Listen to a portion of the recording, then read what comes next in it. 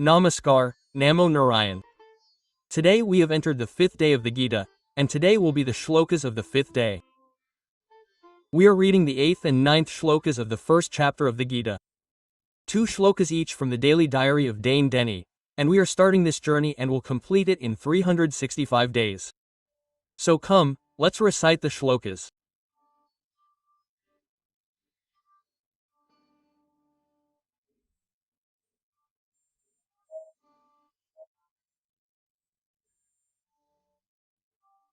The 8th and 9th shlokas of the first chapter are, Bhavan Bhishmas Karanas Kripas Samitanjaya Ashwatthamavikarna Somadatta Tathik Anya Chavara Madat Tak Javita Nana Shastra Praharana Sarv Yudvisharda, meaning you yourself are Bhishma, Karna, Yudvijay, Kripacharya Ashwatthamavikarna, and Somadatta.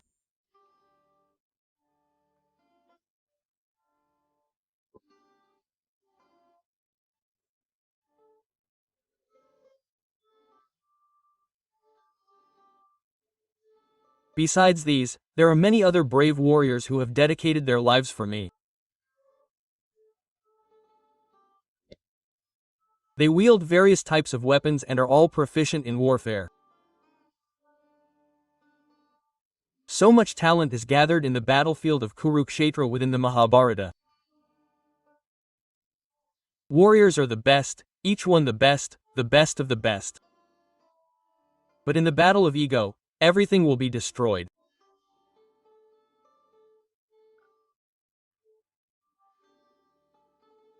If you can imagine that the best teachers, the best scholars, the best scientists fight together and die, what will happen to that earth after that?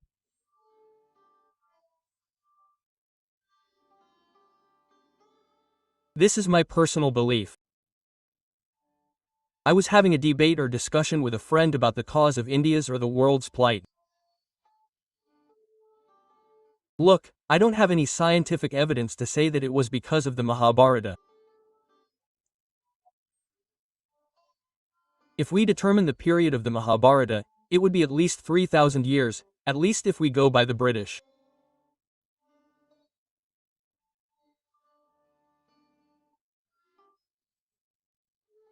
As for Sanatana Dharma, calculations are a different matter altogether, and for some reason, even our government and our education policy are afraid to say things like how old our Sanatana Dharma is or how far it has come.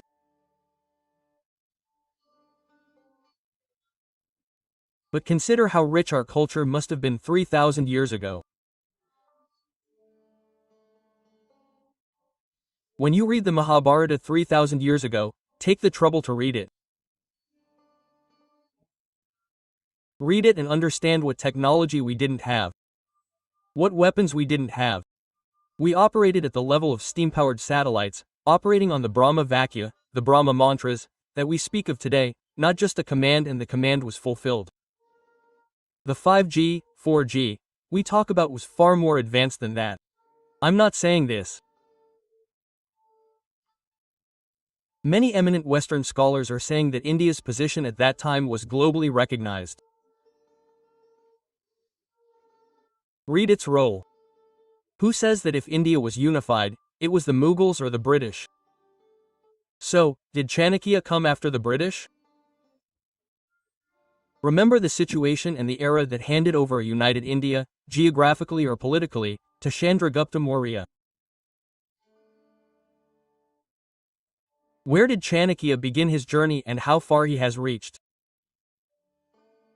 But even before that, the Mahabharata would have happened before that. Where were we? I've studied books that show warriors from other countries in the world coming to this war. They come from Iran, they come from Afghanistan, which we call the subcontinent. What is Iran's airspace even today? Who do you call Aryans? Are our minds filled with rubbish and chaff, that some educated person said the Aryans came from outside? Hey, you were born here. If someone from outside comes, they'll talk about your local gods, local deities, local traditions, or local culture. Yes. Did you see Islam coming from outside? They destroyed temples and built mosques. Anyone coming from outside will propagate their religion, not yours. So, the Aryan space extends beyond Iran to Uzbekistan, Tajikistan, and Russia.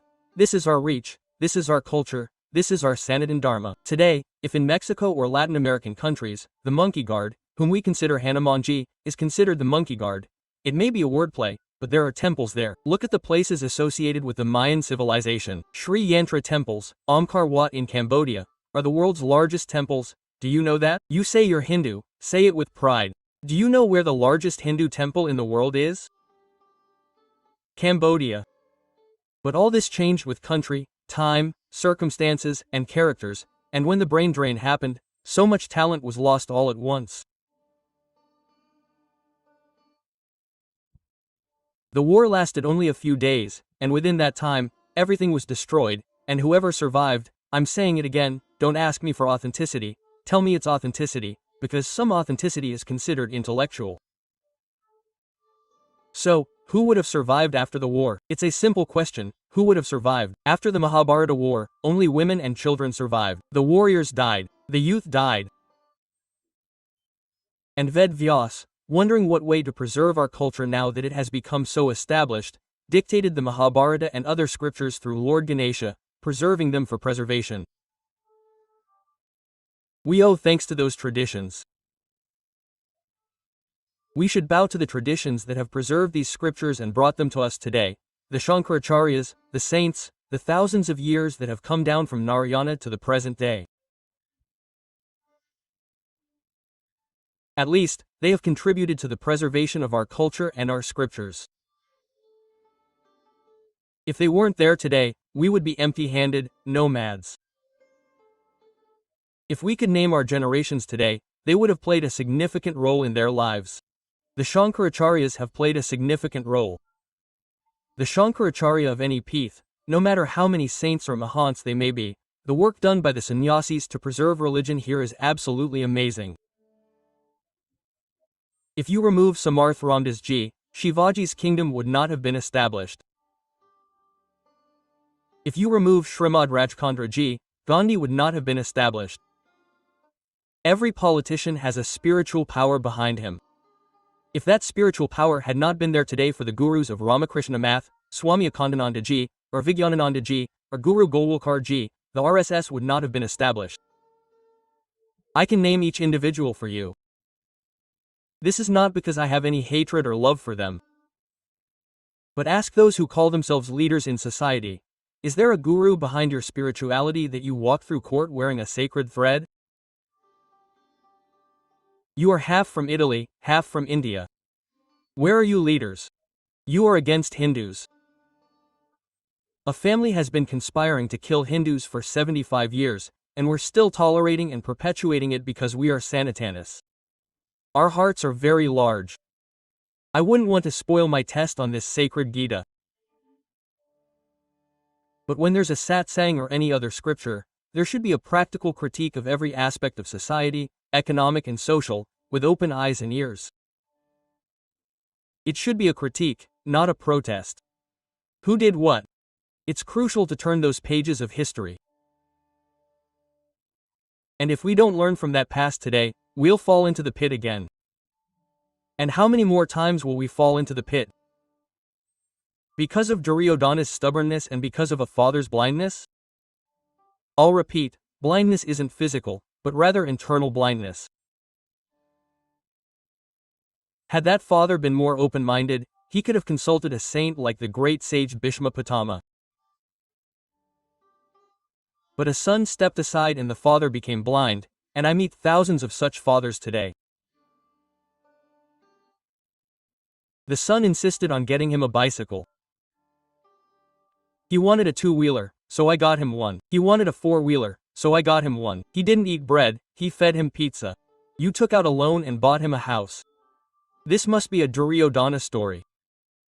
Your son, your daughters, are heading towards the Mahabharata. Awaken your conscience. Rise up. You are the children of nectar. Sanatana Dharma is your heritage. And as you requested, let me recite the verses slowly, starting slowly and ending slightly faster. So let's recite a little of the 8th and 9th verses of the song in that tone.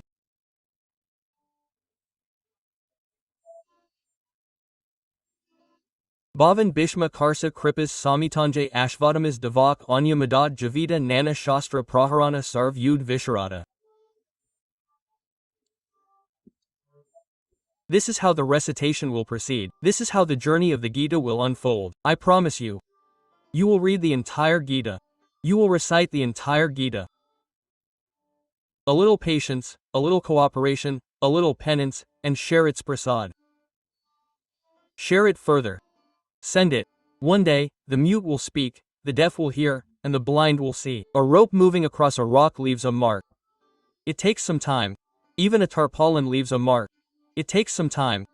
Stay connected with me. Keep adding to the rest. We will be completely successful on this journey.